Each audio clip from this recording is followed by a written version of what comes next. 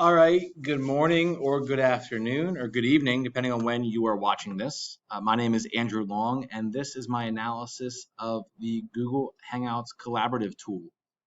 So, in order to get there, you go to Google and type in Google Hangouts. If I could spell Hangouts right, that'd be great. Google Hangouts. You click that. Now, for some reason, when I sign in, I'll have to use a different account. But just to talk about this real quick, when I first started this, I was kind of worried that I was just going to repeat what Google Meet was. But it turns out that Google Hangouts is different from Google Meet in a lot of different ways, and it's great. Not only can you video call, but you can use your phone, and you can message people you know, whether it's family or coworkers or students or parents or any other stakeholder you might need to contact. It's not just a video meet. There's phone options and messaging as well. And as you can see here, you can download this for both Android, the App Store, and Chrome. So it's very accessible, very great user face here. So I'm going to sign in. And again, it won't let me sign in with my Reading email. So I'll use my personal one. Let me click that real quick. Have that load in. And there we go. So, unfortunately for this, I cannot get into the actual workings of this totally because of the fact that there's no one else here.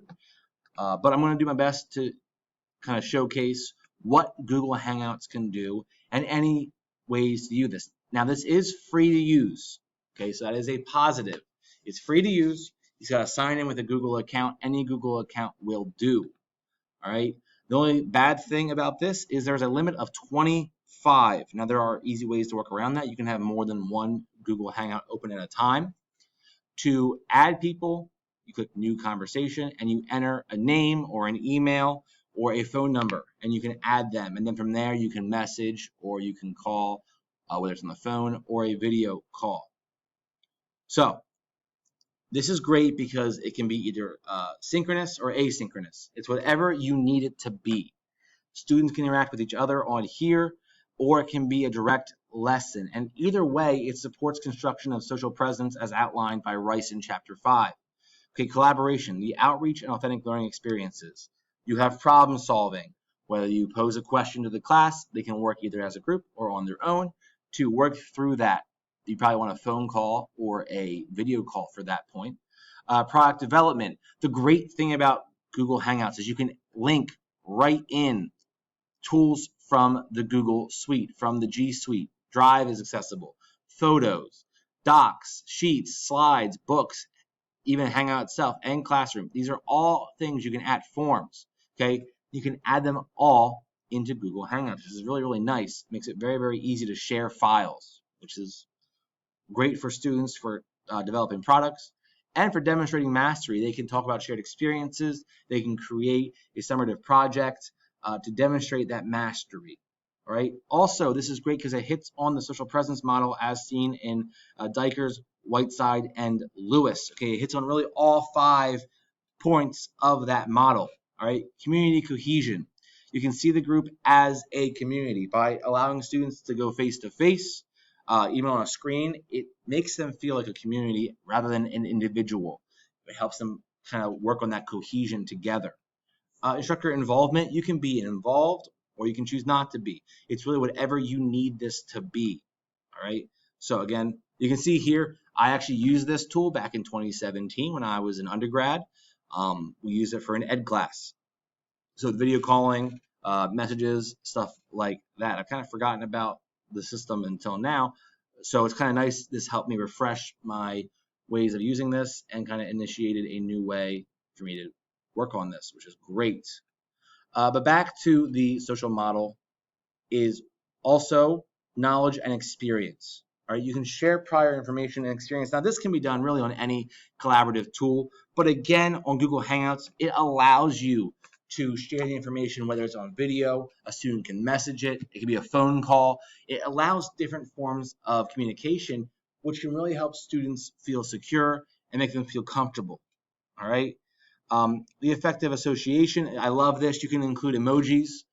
Too often in a digital world, we lose emotion, right? We lose that emotional connection. So emojis can help kind of build that back. And again, seeing face to face allows you to see someone's facial expression. And no, I'm a very sarcastic person when I teach. It's who I am. So if a student can't see me, they lose some of that. And it might have some things come across a certain way, which is not how I would intend it. And if they could tell my emotions, it wouldn't come across that way in the first place. So being able to have that effective association and have those emotional connections, that's very, very important.